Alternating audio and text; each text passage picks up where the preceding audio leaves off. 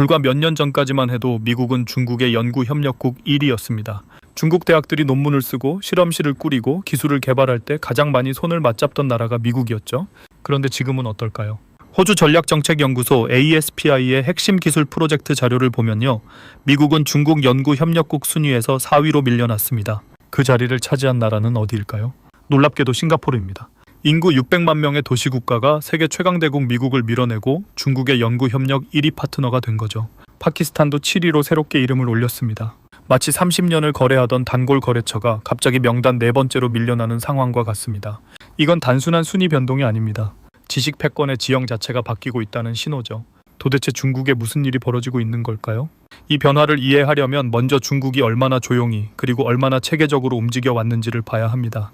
홍콩 사우스차이나 모닝포스트 보도를 보면요. 중국 교육부가 최근 승인한 합동 프로그램 수가 285개에 달합니다. 그런데 이 프로그램들의 대상 국가를 살펴보면 미국이 거의 빠져 있어요. 싱가포르, 영국, 한국, 사우디아라비아, 파키스탄 같은 나라들이 그 자리를 채우고 있죠. 285개라는 숫자가 크게 느껴지지 않을 수 있는데요. 이건 공동 학위 과정, 공동 연구소 설립, 학생 교환 프로그램을 모두 포함한 수치입니다. 중국이 미국 없이도 돌아가는 학술 네트워크를 조용히 완성해 가고 있다는 뜻입니다. 그렇다면 왜 이런 일이 생겼을까요? 트럼프 1기 행정부 시절로 거슬러 올라가야 합니다. 당시 미국은 기술 스파이 방지를 명분으로 이른바 차이나 이니셔티브라는 정책을 시행했습니다. 중국 연구자들을 잠재적 스파이로 보는 시각이 퍼지면서 미국 대학에 재직하던 중국계 교수들이 수사를 받거나 자리를 잃는 일이 잇따랐죠. 중국 쪽에서도 반응이 나왔습니다. 스촨대는 외국 교수들의 계약을 갱신하지 않는 방식으로 거리를 뒀고 미중 학술 교류는 급격히 냉각됐습니다. 협력이 끊긴 건 감정적 반응이 아니라 구조적 단절이었죠. 그런데 여기서 중요한 게 하나 더 있습니다. 중국이 이 단절을 버틸 수 있게 된 이유, 즉 실력이 뒷받침됐다는 점입니다. 세계 대학 순위를 한번 보시죠. QS와 영국 레이던 대학교 산하 연구기관인 CWTS 순위를 기준으로 보면 2010년에 세계 톱 90에 진입한 중국 대학은 단 한 곳도 없었습니다. 그런데 2026년 현재는 5곳이 들어가 있죠. 베이징대가 14위, 칭화대가 17위입니다. 16년 만에 0개에서 5개로 늘어난 거예요. 이 속도가 얼마나 빠른 건지 같은 기간 한국 대학의 순위 변화와 비교해보시면 실감이 나실 겁니다. 더 놀라운 건 연구 생산량입니다. CWTS 2025 순위를 보면요. 논문 수와 피인용 수를 종합한 연구 생산 부문에서 저장대가 세계 1위를 차지했습니다. 톱 20 가운데 중국 대학이 7곳이고요. 하버드대는 3위에 머물렀습니다. 한때 세계 학문의 중심이었던 하버드가 중국 대학들에 밀려 3위가 된 거죠. 이게 여러분께 왜 중요할까요? 미국이 협력을 막아도 중국의 연구 역량은 이미 자생 가능한 수준에 올라섰다는 뜻이기 때문입니다. 협력을 구걸하던 나라가 이제는 협력 상대를 고르는 나라가 된 거예요. 이 변화가 지금 한국에도 직접적인 영향을 미치고 있습니다. 중국이 새로운 대학 동맹을 짜는 과정에서 한국을 주요 파트너로 보고 있거든요. 기회이기도 하지만 동시에 기술 유출이라는 리스크도 함께 따라오는 양날의 검입니다. 미국은 이 상황을 어떻게 보고 있을까요? 뉴욕과학원 원장이자 전 버클리대 총장인 닉 딕스는 이렇게 말했습니다. 미국 최고 대학의 연구 기반이 무너지고 있는 반면 중국은 체계적인 과학 노력을 이어가고 있다고요. 미국이 연구개발에 쏟아붓는 돈이 2010년 4,620억 달러, 우리 돈으로 약 666조 원에서 2026년에는 8,230억 달러, 약 186조 원으로 2배 가까이 늘었는데도 연구 생산량에서 중국에 추월당한 겁니다. 돈을 더 쓴다고 해결되는 문제가 아니라는 거죠. 이 구조적 변화가 어떻게 만들어진 건지 좀 더 깊이 들여다보겠습니다. 중국이 미국과의 학술 협력에서 멀어진 건 하루아침에 일어난 일이 아닙니다. 2019년 미중 무역 분쟁이 격화되면서 두 나라 사이의 긴장이 기술, 금융을 넘어 대학 캠퍼스 안으로까지 들어왔습니다. 미국 연방수사국 FBI가 중국 연구자들을 대상으로 수사를 확대하자 미국 대학에서 일하던 중국계 과학자들 사이에 불안감이 퍼졌습니다. 실제로 여러 연구자들이 수사 대상이 됐고 일부는 기소되기도 했죠. 이후 중국 정부는 자국 대학들의 외국 파트너 선택을 더 신중히 하라는 신호를 보냈고 스촨대 사례처럼 외국 교수 계약을 갱신하지 않는 방식으로 조용히 거리를 뒀습니다. 그런데 여기서 중요한 점이 있습니다. 이 단절이 중국에 타격이 됐느냐 하면 그렇지 않았다는 겁니다. 오히려 반대였어요. 중국은 이 시기를 자국 연구 역량을 키우는 기회로 삼았습니다. 중국 정부는 2024년 국무원과 공산당 지침을 통해 박사 교육 전면 개혁을 지시했고 이른바 세계 박사 허브를 목표로 내걸었습니다. 단순히 논문 수를 늘리는 게 아니라 세계 각국의 연구자들이 중국으로 오고 싶어 하는 환경을 만들겠다는 전략이죠. 터키 중동공과대학교 METU의 학술 성과 순위를 보면요. 중국 대학이 톱10 중 4곳을 차지했습니다. CWTS 기준으로는 7곳이고요. 이건 단순히 논문을 많이 쓴다는 수준이 아닙니다. 피인용 수, 즉 다른 연구자들이 얼마나 많이 참고하는지를 기준으로 해도 중국 대학이 상위권을 장악하고 있다는 뜻이에요. MIT 전 총장 라파엘 레이프도 중국 논문의 수와 질이 미국을 압도하고 있다고 인정했습니다. 이제 중국은 협력을 받아야 하는 나라가 아니라 협력을 줄 수 있는 나라가 된 거죠. 이 상황에서 중국이 선택한 전략이 바로 285개 합동 프로그램입니다. 미국이 빠진 자리에 싱가포르, 영국, 한국, 사우디아라비아, 파키스탄을 채워 넣은 거죠. 이 나라들의 공통점이 뭔지 아십니까? 미국과의 관계를 유지하면서도 중국과의 협력을 마다하지 않는 나라들입니다. 중국 입장에서는 미국의 견제망을 우회할 수 있는 경로를 확보한 셈이에요. 마치 에너지 공급망을 다각화해서 특정 나라에 대한 의존도를 줄이는 것과 같은 논리입니다. 그렇다면 현장에서는 실제로 어떤 일이 벌어지고 있을까요?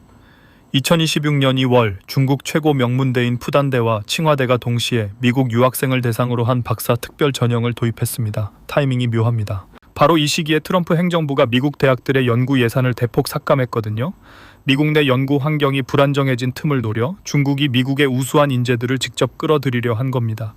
단순히 유학생 수를 늘리려는 게 아닙니다. 미국에서 훈련받은 연구자들을 중국 대학 생태계 안으로 흡수함으로써 연구의 질적 수준을 더 높이겠다는 계산이죠. 이 흐름이 한국에는 어떤 영향을 미칠까요? 크게 2가지 측면에서 봐야 합니다. 첫 번째는 기회입니다. 중국이 새로운 대학 동맹을 짜는 과정에서 한국을 중요한 파트너로 보고 있다는 점은 분명합니다. 한국의 반도체, 배터리, 바이오 분야 연구 역량은 중국이 탐내는 자산이죠. 중국과의 공동 연구가 늘어나면 한국 대학과 기업이 중국의 방대한 연구 인프라와 데이터를 활용할 수 있는 기회가 생깁니다. 아시아 교육 네트워크가 싱가포르, 중국, 한국을 축으로 재편되면 한국 기업들이 기술 협력의 허브 역할을 할 수 있는 여지도 생기고요. 두 번째는 리스크입니다. 문제는 공동 연구의 경계선을 어디에 그을 것이냐입니다. 반도체 설계나 인공지능 알고리즘처럼 미국이 수출 통제를 걸어놓은 민감 기술 분야에서 중국과 공동 연구를 진행하다가 기술이 유출되면 한국은 미국으로부터 제재를 받을 수 있습니다. 실제로 미국은 동맹국이라도 중국의 첨단 기술을 이전하는 경우 엔비디아 칩 수출 제한 사례처럼 강력한 제재를 가하는 선례를 만들어 왔습니다. 중국과의 협력이 깊어질수록 미국과의 관계에서 마찰이 생길 수 있다는 뜻이죠. 그럼 우리는 어떻게 대응해야 할까요? 먼저 국가 차원의 이야기를 해보겠습니다. 한국 정부는 중국과의 교육 연구 협력을 무조건 막을 수도 없고 무조건 열어줄 수도 없는 상황입니다. 필요한 건 민감 기술 분야에 대한 명확한 경계선 설정입니다. 반도체, 양자 컴퓨팅, 바이오 같은 분야는 공동 연구의 범위와 결과물의 귀속을 엄격히 규정하는 제도적 장치가 필요합니다. 중국이 285개 합동 프로그램을 가동하는 동안 한국은 어떤 프로그램에 어떤 조건으로 참여할지를 전략적으로 따져봐야 한다는 거죠. 다음은 개인 차원, 특히 자녀 교육 전략을 생각하시는 분들께 말씀드리고 싶습니다. 지금 글로벌 교육 지형 자체가 바뀌고 있습니다. 미국 유학이 절대적 정답이었던 시대가 흔들리고 있어요. 트럼프 행정부의 예산 삭감으로 미국 대학들의 연구 환경이 불안정해지는 반면 중국 대학들은 박사 특별 전형까지 도입하며 인재 유치에 공격적으로 나서고 있습니다. 베이징대 14위, 칭화대 17위라는 순위가 단순한 숫자가 아닌 이유입니다. 이공계 분야, 특히 재료공학이나 에너지 기술처럼 중국이 세계 최고 수준을 자랑하는 분야에서는 중국 대학 진학을 진지하게 검토할 수 있는 시대가 됐습니다. 단, 민감 기술 분야라면 졸업 후 취업 경로와 미국 입국 제한 가능성 같은 변수도 함께 따져봐야 합니다. 앞으로의 핵심 변수는 2가지입니다. 하나는 트럼프 행정부가 대중 제재를 어느 수위까지 끌어올리느냐입니다. 제재가 강해질수록 중국은 더 빠르게 미국 외 파트너와의 동맹을 굳히려 할 거고 한국에 대한 협력 요청도 더 강해질 겁니다. 다른 하나는 한국 정부가 이 상황에서 어떤 포지션을 취하느냐입니다. 미국과의 기술 동맹을 유지하면서 중국과의 교육 협력도 이어가는 균형 잡힌 전략이 필요한데 이 2가지가 언제든 충돌할 수 있다는 점을 잊어서는 안 됩니다. 반대 의견도 있습니다. 중국이 미국과의 협력을 줄이면서 첨단 분야 연구에 질적 공백이 생길 수 있다는 우려입니다.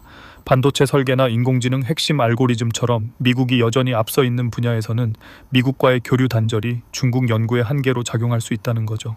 실제로 중국 대학들이 논문 수에서는 앞서지만 노벨상 수상자 수나 원천 기술 특허에서는 여전히 미국에 뒤처진다는 지적도 있습니다. 중국의 연구 생산량이 세계 1위라는 사실이 곧 연구의 질적 우위를 의미하지는 않는다는 시각이죠.